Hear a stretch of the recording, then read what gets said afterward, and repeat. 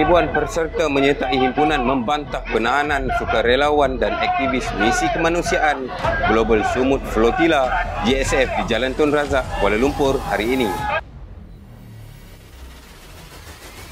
Seramai 12 rakyat Malaysia antara sukarelawan yang ditahan dalam serangan tentera laut Israel ke atas konvoi GSF sekitar 7.50 pagi waktu Malaysia. Setakat 3.39 petang, 3 lagi sukarelawan rakyat Malaysia ditahan tentera rejim Zionis di zon merah. Dilaporkan 14 kapal flotilla telah dipintas Israel selepas memasuki zon merah kira-kira 100 batu nautika dari Gaza.